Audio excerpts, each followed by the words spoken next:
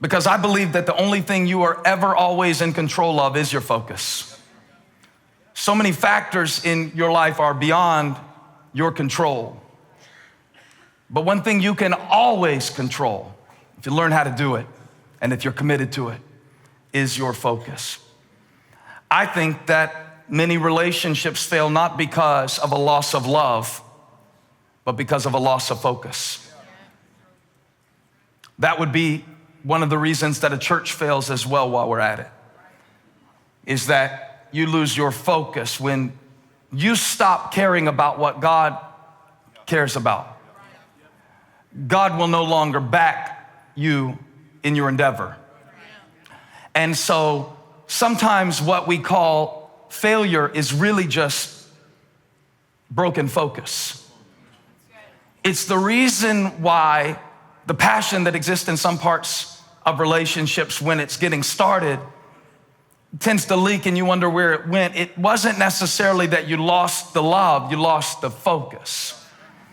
It's very difficult to keep that first love focus in any relationship. I think Jesus is calling us back to focus. If you'll notice the bread on the sandwich from the little passage that we just read, both of them start with seeking. Seek first his kingdom. Ask and it will be given to you. Seek and you will find. On both ends of this passage where Jesus is speaking on several different subjects is this idea of focus. So is your focus, number one, on finding or becoming? Finding or becoming. Jesus said, seek first the kingdom and the other stuff will move into position. But if you seek first the other stuff, then you will have no center of gravity for the stuff to revolve around. So it's important that your focus is not, I've been teaching this for years, man. I used to go around to youth camps and I would teach dating seminar and I would say, it's not an original quote from me, but I'll say it all the time because I think it's true. Happiness isn't finding the right person. Happiness is being the right person. I'll take it further since your applause is so tepid. If you find the right person and you are not the right person, what do you think you're gonna do to that poor right person? Now, I'm not suggesting that if you're not married or something like that, it's because you're not ready yet, because all we have to do to disprove that stupid theory is to look at some of the people who are married.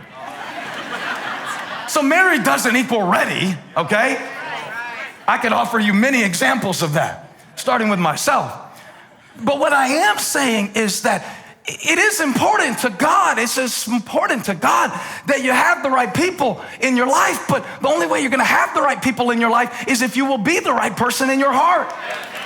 That's the only way that's the only way you're even gonna attract them to begin with, and that's the only thing you can control.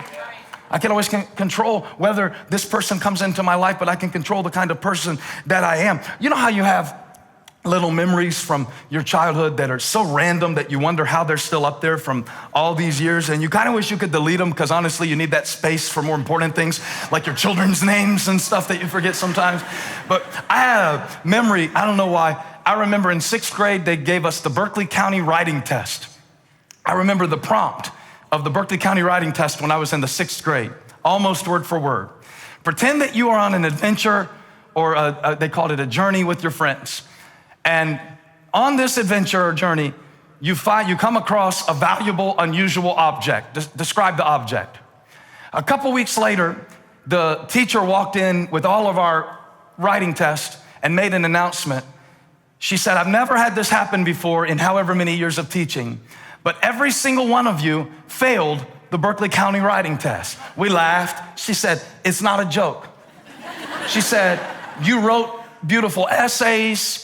You went into great detail, elaborating on the journey with your friends, but that was not the writing prompt. The writing prompt was not to describe the journey. The writing prompt was to describe the object. All of you wrote essays about walking through the woods with your friends. Some of you traveled across the seas with your friends. Some of you flew through space with your friends. It was highly entertaining, but none of you described the object of relationship, the object of love. is not that somebody else would complete you. I'm sorry, Renee Zellweger, but you got it wrong. Your line was touching, it just wasn't true. Jerry didn't complete you. Touch your neighbor, say, you can't complete me.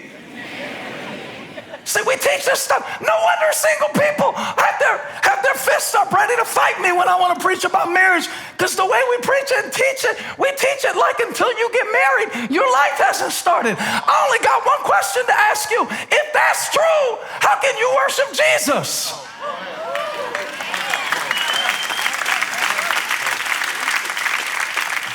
We worship a guy who stayed single till they killed him.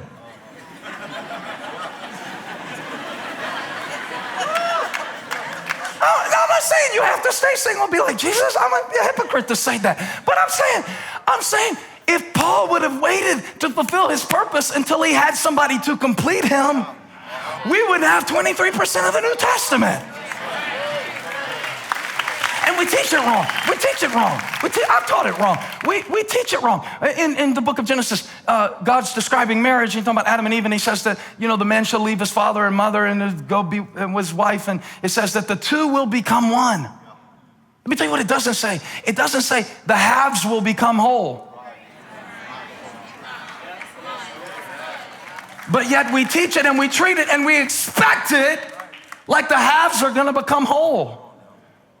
But I found out if you go into a marriage half, the two halves are going to make hell, not whole.